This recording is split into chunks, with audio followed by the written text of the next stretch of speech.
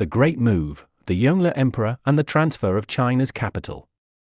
In the year 1403, a monumental decision was made by the Yongle Emperor, Zhu Di, one that would shape the future of China and leave an indelible mark on its history. This was the year he decided to move the capital of the Ming dynasty from Nanjing to Beijing. The story behind this momentous decision is filled with intrigue, ambition, and strategic brilliance, reflecting the complex nature of one of China's most powerful emperors and the turbulent times in which he reigned. Introduction: The Emperor's Vision. The Yongle Emperor, born Zhu Di, was the fourth son of the Yongle Emperor, the founder of the Ming dynasty. Zhu Di was a man of extraordinary ambition and vision. His early years were marked by military prowess and strategic acumen, qualities that would later define his reign. His decision to move the capital was not a mere relocation, it was a statement of his authority and a strategic move to consolidate power, defend against northern threats, and assert the grandeur of his rule. The early years of Zhu Di.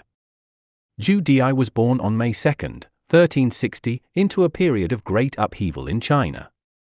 The Yuan dynasty, established by the Mongols, was in its final throes, and the country was rife with rebellion and chaos. His father, Zhu Yuanzhong, was a former peasant who rose to power amid this turmoil, eventually founding the Ming dynasty in 1368 after overthrowing the Mongol-led Yuan dynasty. Zhu Di's upbringing was shaped by the military campaigns and political strategies of his father. He grew up learning the art of war and governance, skills that would prove invaluable in his later life. Despite being the fourth son, Zhu Di's capabilities quickly set him apart. He was appointed Prince of Yang and was tasked with guarding the northern frontier, a region prone to Mongol incursions. Rise to power: the Jingnan Campaign. The path to the throne was neither smooth nor straightforward for Zhu Di. After the death of the Yongle Emperor in 1398, the throne passed to Zhu Di's nephew, Zhu Yunwen, who became known as the Yongle Emperor. The new emperor, fearing the power and influence of his uncles, particularly Zhu Di, initiated a series of purges to diminish their power. Zhu Di, however, was not one to be easily subdued. In 1399, he launched the Jingnan Campaign, a 3-year civil war against the Yongle Emperor. Zhu Di's military expertise and strategic acumen shone during this period. He skillfully maneuvered his forces and used both diplomacy and brute force to win over key military leaders and officials. The campaign culminated in the capture of Nanjing in 1402, after which Zhu Di ascended the throne, becoming the Yongle Emperor. The strategic shift, military and political motivations. The decision to move the capital was influenced by several key factors, each reflecting the intricate dynamics of the period. Defense against the Mongols. One of the primary motivations was to strengthen the northern defenses against the Mongols, who had long been a threat to Chinese stability.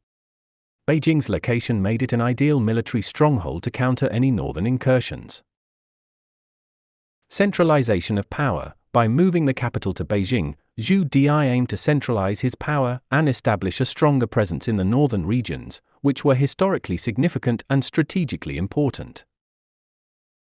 Economic and political reforms. The move also facilitated the implementation of economic and political reforms. Beijing's geographical position allowed better control over the trade routes and closer monitoring of regional governors, thereby reducing the risk of rebellion. The grand design, construction of Beijing.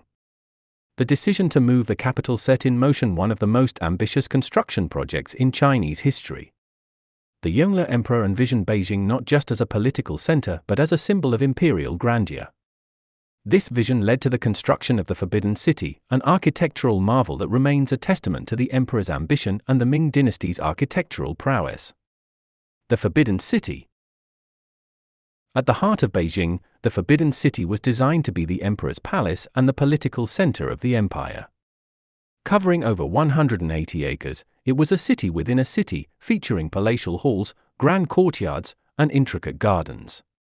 The construction involved over 1 million workers and took 14 years to complete. Design and architecture. The design of the Forbidden City was based on traditional Chinese cosmological principles. It was laid out in a rectangular grid, with the main buildings aligned along a central north-south axis. The use of yellow roof tiles symbolized the emperor's status, while the red walls represented good fortune and happiness. Key structures: the Forbidden City housed numerous halls and palaces, each serving specific functions. The Hall of Supreme Harmony, the largest hall, was used for important ceremonies, including the emperor's enthronement. The Palace of Heavenly Purity served as the emperor's residence, while the Palace of Earthly Tranquility was the residence of the empress. Construction techniques: the construction of the Forbidden City showcased the advanced engineering and architectural skills of the time. The use of interlocking wooden beams and pillars provided structural stability, while intricate carvings and paintings adorned the buildings, reflecting the artistic achievements of the Ming dynasty. The Temple of Heaven. Another iconic structure commissioned by the Yongle Emperor was the Temple of Heaven. This complex was used for annual ceremonies of prayer to heaven for good harvests.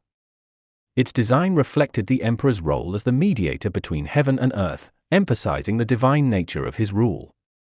Architectural significance: the Temple of Heaven is renowned for its harmonious design and symbolic layout. The Hall of Prayer for Good Harvests, a circular building with a triple-gabled roof, stands on a square base, symbolizing the connection between heaven, round, and earth, square. Rituals and ceremonies: the emperor performed elaborate rituals at the Temple of Heaven to ensure a bountiful harvest and the well-being of the empire. These ceremonies involved music, dance, and offerings, reflecting the deep spiritual and cultural significance of the site. City walls and gates. The construction of formidable city walls and gates was another significant aspect of Beijing's transformation. These defenses were essential for protecting the city from potential invasions and symbolized the strength and stability of the Ming dynasty. Design and construction: the city walls of Beijing were among the most impressive in the world at the time. They were approximately 24 kilometers in length, 7.8 meters high, and 6.5 meters thick. The walls were fortified with watchtowers and gates, including the famous Tianmen, which served as the main entrance to the inner city. Strategic importance: the walls not only provided protection but also controlled access to the city. The gates were heavily guarded, and entry was regulated, ensuring that the capital remained secure from both external threats and internal unrest. The cultural impact: Beijing as a center of art and learning. The relocation of the capital also had profound cultural implications. Beijing quickly became a hub of cultural and intellectual activity, attracting scholars, artists, and craftsmen from across the empire. The Yongle Emperor himself was a patron of the arts and education, commissioning numerous projects that enriched Chinese culture. The Yongle Encyclopedia. One of the most remarkable cultural achievements of the Yongle Emperor's reign was the compilation of the Yongle Encyclopedia. This monumental work aimed to encompass all knowledge and wisdom of the time, reflecting the emperor's commitment to learning and scholarship. Scope and scale: the Yongle Encyclopedia was the largest encyclopedia in the world at the time. It consisted of 22,877 manuscript volumes, covering a vast array of subjects, including history, literature, philosophy, science, and technology. It was a monumental undertaking, involving over 2,000 scholars who compiled and edited the work. Preservation of knowledge: the encyclopedia aimed to preserve and consolidate Chinese knowledge and culture. It included ancient texts, classical literature, and contemporary works, ensuring that valuable information was not lost to future generations. Promotion of the arts. Under the Yongle Emperor's patronage, Beijing flourished as a center of arts and crafts. The imperial workshops produced exquisite porcelain, silk, and lacquerware, setting high standards for quality and creativity. Porcelain: the porcelain produced during the Yongle Emperor's reign is considered some of the finest in Chinese history. The imperial kilns at Jingdezhen created delicate and beautifully decorated pieces, often featuring intricate blue and white designs. Silk and textiles: the production of silk and textiles also thrived under the emperor's patronage. The imperial workshops produced luxurious fabrics, often featuring elaborate embroidery and intricate patterns. These textiles were used in the court and were also important trade items. Lacquerware from the Yongle period is renowned for its intricate designs and high-quality craftsmanship. The use of carved lacquer, in particular, reached new heights during this period, with artisans creating stunning pieces that were highly prized both within China and abroad. Confucian scholarship. The relocation also bolstered Confucian scholarship. The emperor encouraged the study of Confucian classics and the civil service examinations, which were critical for maintaining an effective bureaucracy. Civil service examinations. The Yongle Emperor emphasized the importance of the civil service examinations as a means of selecting capable and loyal officials. These examinations were based on Confucian texts and required extensive knowledge of literature, history, and philosophy. Promotion of education. The emperor established schools and academies in Beijing to promote Confucian education. These institutions attracted scholars from across the empire and played a crucial role in maintaining the intellectual and moral standards of the bureaucracy. Compilation of texts. In addition to the Yongle Encyclopedia, the emperor commissioned the compilation and printing of other important texts, including Confucian classics and historical records. This ensured that these works were widely available and preserved for future generations. The challenges and controversies, opposition and resistance. The move to Beijing was not without its challenges and controversies. There was significant opposition from various factions within the court and among the populace. Resistance from Nanjing. Nanjing, the former capital, had its own loyalists who were deeply opposed to the move. They argued that Nanjing was historically significant and strategically advantageous. The transition faced resistance from officials and local elites who were reluctant to leave their established positions. Historical significance. Nanjing had been the capital of the Ming dynasty since its founding, and many officials and scholars believed that its historical significance and strategic location along the Yangtze River made it the ideal capital. Economic concerns. The relocation of the capital also had economic implications. Nanjing was a thriving commercial center, and the move to Beijing raised concerns about the potential disruption of trade and economic activities. Logistical challenges. The sheer scale of relocating the capital posed enormous logistical challenges. The transportation of materials, the relocation of officials, and the coordination of construction efforts required meticulous planning and immense resources. Transportation of materials. Moving the capital to Beijing involved transporting vast quantities of building materials, including timber, bricks, and stone. This required the construction of new roads and the use of the Grand Canal to facilitate the movement of goods. Relocation of officials. The relocation also involved moving thousands of officials, their families, and their households to Beijing. This was a complex and time-consuming process, requiring careful coordination to ensure a smooth transition. Construction efforts. The construction of the new capital required the labor of over 1 million workers. Coordinating such a massive workforce and ensuring the timely completion of the various projects was a monumental task. Political intrigue. The move also intensified political intrigue within the court. Factions formed around those who supported the move and those who opposed it, leading to power struggles and conspiracies that the emperor had to navigate skillfully. Court factions. The relocation of the capital exacerbated existing divisions within the court. Factions formed around influential officials who either supported or opposed the move, leading to intense power struggles and political maneuvering. Conspiracies and rebellions. The move also fueled conspiracies and rebellions among those who felt marginalized or threatened by the emperor's decision. The Yongle Emperor had to deal with several plots and uprisings during his reign, often responding with swift and decisive action. Maintaining loyalty. Ensuring the loyalty of officials and military leaders was a constant challenge. The emperor employed various strategies, including rewards, promotions, and marriages, to secure the allegiance of key figures and maintain stability within the court. Legacy of the move. The lasting impact on China. The decision to move the capital to Beijing had a lasting impact on China's history, shaping the political, cultural, and economic landscape for centuries to come. Beijing as the political center. Beijing remained the political center of China for most of the following centuries. Its strategic location and formidable defenses ensured that it could withstand external threats and internal upheavals. Ming and Qing dynasties. Beijing continued to serve as the capital during the Ming and Qing dynasties, solidifying its status as the political heart of China. The city's role as the imperial capital allowed it to become a center of political power and decision-making. Modern era. Even after the fall of the Qing dynasty in 1912, Beijing retained its importance. It became the capital of the Republic of China and later the People's Republic of China, continuing to play a central role in the country's political affairs. Cultural flourishing.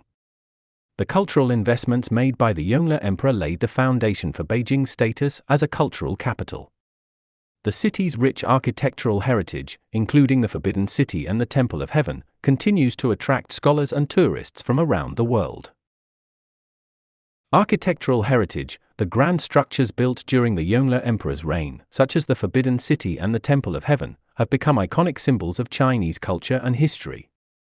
These sites attract millions of visitors each year and are recognized as UNESCO World Heritage Sites. Cultural institutions. Beijing has also become home to numerous cultural institutions, including museums, theaters, and academies. These institutions preserve and promote Chinese culture, arts, and heritage, ensuring that the city's cultural legacy continues to thrive. Artistic achievements. The patronage of the Yongle Emperor and subsequent rulers has left a lasting impact on Chinese art and craftsmanship. The city's tradition of producing exquisite porcelain, silk, and lacquerware continues to be celebrated and admired around the world. Economic development.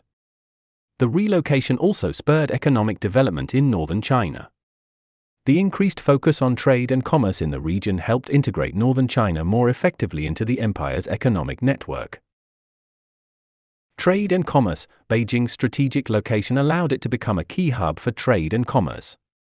The city's markets and commercial districts flourished, attracting merchants and traders from across China and beyond. Infrastructure development. The construction of roads, canals, and other infrastructure projects facilitated the movement of goods and people, boosting economic activity and development in the region. Economic integration. The relocation of the capital helped integrate northern China more effectively into the empire's economic network. This integration contributed to the overall prosperity and stability of the Ming dynasty. Enduring symbol of power. The grand structures built during this period, particularly the Forbidden City, have become enduring symbols of imperial power and authority.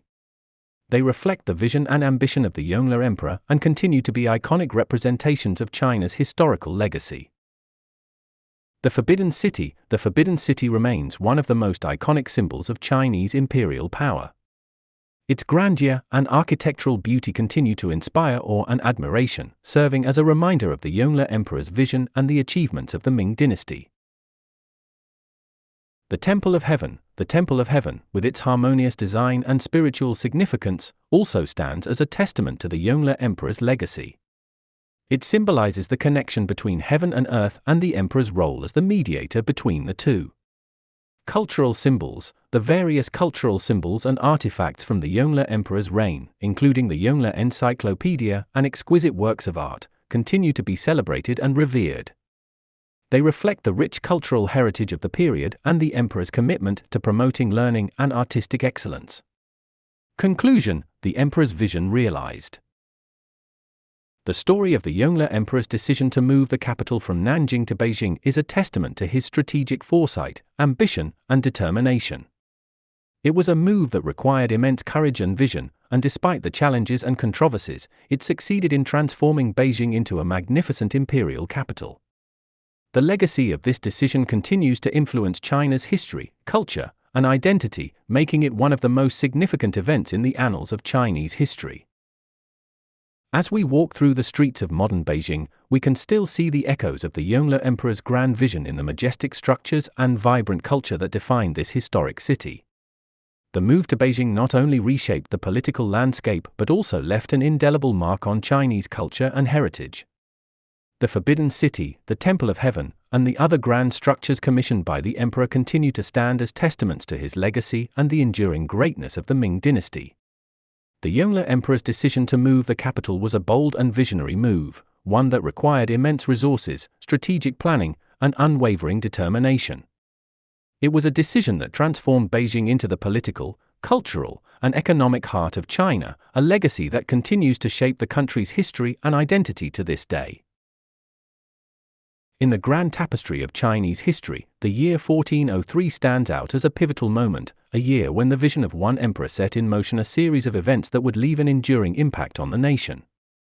The story of the Yongle Emperor and the move to Beijing is a story of ambition, resilience, and the enduring power of vision, a story that continues to inspire and captivate generations.